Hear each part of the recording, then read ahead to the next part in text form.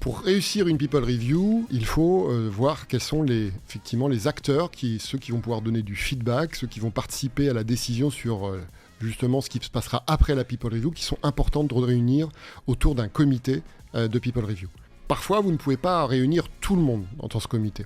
Et donc, vous pouvez créer une étape préalable de collecte de feedback qui vont alimenter en complément des entretiens annuels, par exemple, des feedbacks qui seront étudiés par le comité qui va être en général composé de la fonction RH, en charge du périmètre de la population qui va être revue, des managers ou des managers clés de cette population, de cette organisation, et puis souvent un exécutif qui va être un peu le sponsor de la People Review.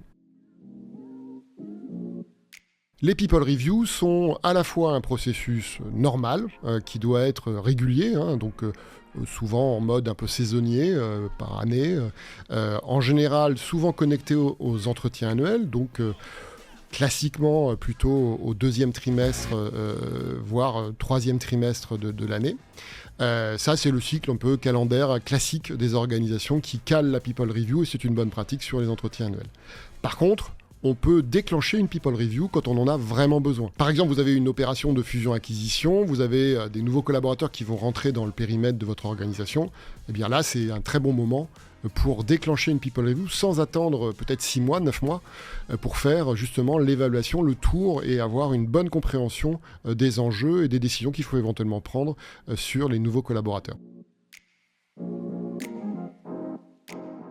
La People Review est un outil au service des objectifs. Elle l'est encore plus parce que c'est un outil qui a comme caractéristique d'être au service de la prise de décision. Donc, pour bien définir ce que l'on attend d'une People Review et ce dont on aura besoin, il faut se mettre très au clair des objectifs de la People Review. Est-ce que c'est définir un plan de succession ? Est-ce que c'est d'identifier et d'alimenter, par exemple, le pool de haut potentiel que vous gérez dans un programme ? Est-ce que ça va être de décider sur les augmentations, sur les promotions, par exemple ? Donc, mettez-vous bien au clair, notamment avec le management, des objectifs de cette People Review. Attention, ces objectifs peuvent évoluer dans le temps. Par exemple, par rapport à une actualité ou à des enjeux stratégiques de l'organisation. Comme celle l'est pour une enquête, par exemple, collaborateur, dans les cadres des People Review, c'est le service après-vente, quelque part, de la People Review qui va être le plus important. Parce que la People Review, par définition, c'est un moment clé de décision, et donc la valeur ajoutée va simplement se matérialiser par la mise en œuvre de ces actions. Et donc concrètement, vous allez par exemple sur un plan de succession qui a été identifié suite à une analyse de risque de départ d'un collaborateur sur un poste clé, devoir suivre des plans d'action avec les bonnes personnes bien sûr concernées. Bien entendu, l'un des grands moments de l'après People Review, c'est la communication vers les managers concernés qui ont besoin de cette information. Là, il y a plusieurs façons de voir la communication post-People Review.